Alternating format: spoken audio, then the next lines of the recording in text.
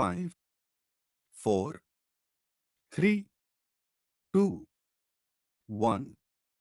Start. Good morning. I trust you have been doing well today. I wanted to remind you about the meeting scheduled for tomorrow morning. The agenda will cover the following points: the progress on the new project, a review of the budget allocations, and an update on the marketing strategy. Please make sure to bring any necessary documents and be prepared for a brief discussion on the timeline. Additionally, there will be a presentation on the upcoming sales targets and projections for the next quarter. The team will be expected to provide input on the current sales metrics and suggest ways to improve our performance moving forward. It is crucial that we make the most of this opportunity to align our objectives and ensure everyone is on the same page. After the meeting, I would appreciate it if you could send me your feedback on the new report. I would like to gather some input before we finalize the details. I am looking forward to hearing your thoughts and working together on these important tasks. Now, moving on to the next point, we have the issue of customer feedback. As you know, we have been gathering data through various channels, including surveys, social media interactions, and direct customer service communication. I would like to discuss the trends we have noticed and how we can adapt our approach to better meet customer needs. One thing that has come up repeatedly in the feedback is the desire for faster response times, particularly in customer service. This is an area where we can improve, so I would like to explore options for streamlining our processes. If anyone has suggestions for automation tools or ways to enhance team efficiency, please bring them up tomorrow. In the same vein, we also need to consider improving our product offerings. There is a noticeable demand for additional features that we had not anticipated, and it might be worth exploring the possibility of expanding our product lines. However, I also want to emphasize that we need to balance innovation with practicality, ensuring that any new features are both cost-effective and feasible within our current infrastructure. Speaking of innovation, I would like to touch on some upcoming initiatives we have been planning. Our tech team has been working hard on a new app interface that we hope will improve the user experience for both existing and potential customers. They will be providing a demo during tomorrow's meeting, so I would appreciate it if you could come prepared with any feedback or questions about its functionality.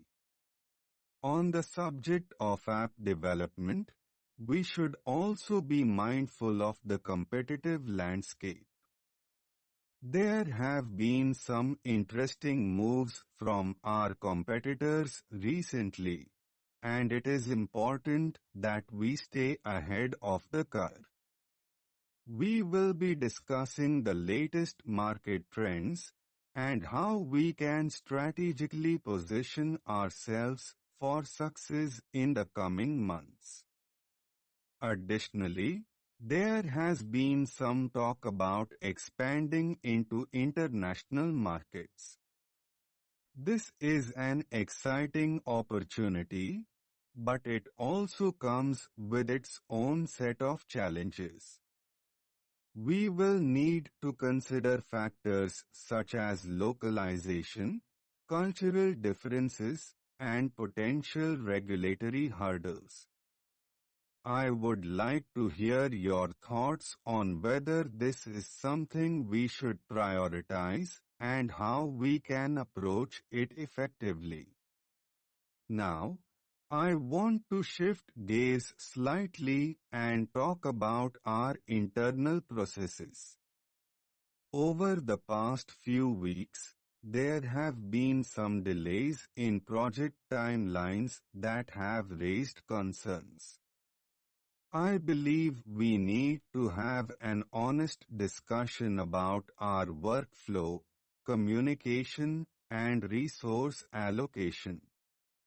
It is crucial that we identify any bottlenecks and make adjustments as needed to avoid further delays. In particular, we need to focus on improving communication between departments. There have been instances where project updates were not communicated in a timely manner, leading to confusion and missed opportunities. Another point I would like to address is the workload distribution. Some team members have been expressing concerns about being overwhelmed with tasks, while others have indicated that they are underutilized. It is important that we strike a balance and ensure that everyone is contributing at a level that aligns with their skills and experience. Now, as we approach the end of the quarter, we need to review our financial performance. We are on track to meet our revenue goals, but there are a few areas where we could be doing better. For instance, there is a need to increase sales in our premium product range. The pricing strategy may need to be revisited, and I would like us to explore any adjustments that could help us boost these numbers. Looking further ahead, I would like to talk about the long-term vision for the company. We have made great strides over the last year, but we can't afford to rest on our laurels. It is important that we keep pushing for growth and innovation.